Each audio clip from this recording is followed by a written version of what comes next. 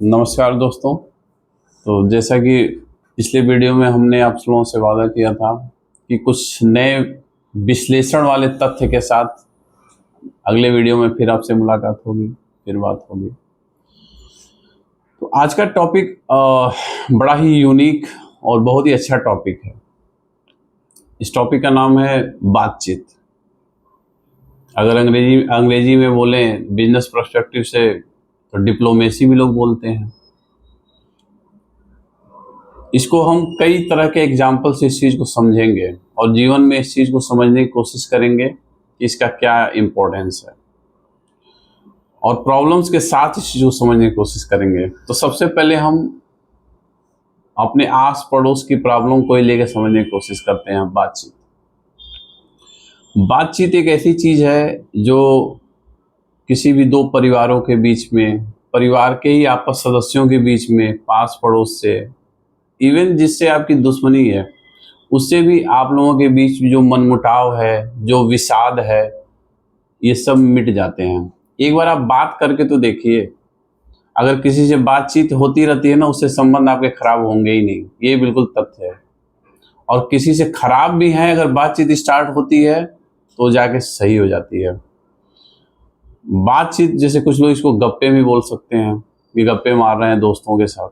तो बातचीत एक ऐसी चीज़ है जो आपको मनोवैज्ञानिक रूप से भी जोड़ती है, एक बहुत ही एक मजबूत आधार प्रदान करती है।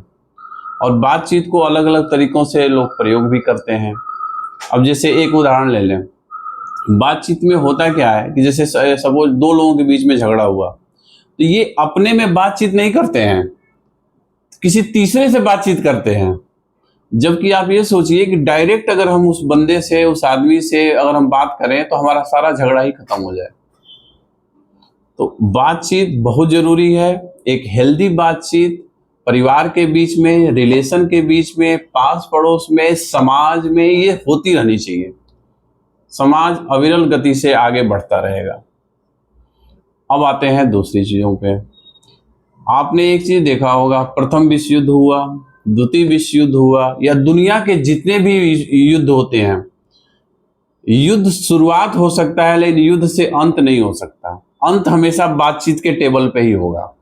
दोनों पार्टी बातचीत के टेबल पे आते हैं, बातचीत होती है और बातचीत से ही वो प्रॉब्लम सॉल्व होती है। तो परमानेंट सॉल्यूशन, अस्थाई जो समाधान है, वो बातचीत ही किसी भी समस्या का दे सकती है। न युद्ध दे सकता है, न टेक्नोलॉजी दे सकती है। दुनिया की कोई भी चीज बातचीत की जगह ले ही नहीं सकती, कोई क्या सब्स्टिट्यूट हो ही नहीं सकता। अब जैसे बातचीत का एग्जांपल ले लें, कारपोरेट वर्ल्ड में या राष्ट्र के भी लेवल पे एक वर्ड यूज होता है, डिनर डिप्लोमेसी।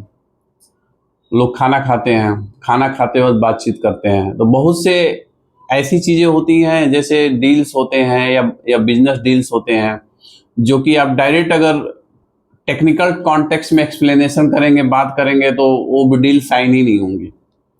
उसके लिए शायद अगले आदमी के दिमाग को हल्का करना पड़ता है। तो खाना खाते हुए दिमाग हल्का रहता है, फिर उसमें लोग बातचीत करते हैं, तो उसमें थोड़ी बहुत बिजनेस की भी बातें हो जाती हैं। बातचीत, अगर इस तरह से ये कहें कि एक ईश्वर ने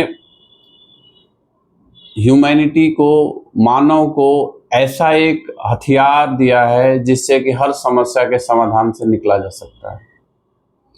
और बातचीत, एक चीज और कहा गया है कि अगर किसी से दुश्मनी भी हो तो इतना स्पेस जरूर रखना है कि उससे आप नजरें मिला सकें। नजरें मिला सकें मतलब उससे आप आगे बातचीत भी कर सकें। और अगर बातचीत का एक रास्ता खुला हुआ है ना, तो जरूर वो समाधान लेके आएगा।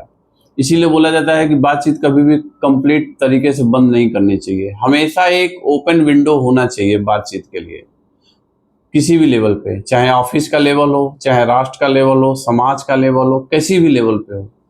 स्वस्थ बातचीत चल रही है तब तो कोई दिक्कत ही नहीं। अगर बातचीत नहीं भी चल रही है तो भी बातचीत का रास्ता रहना चाहिए।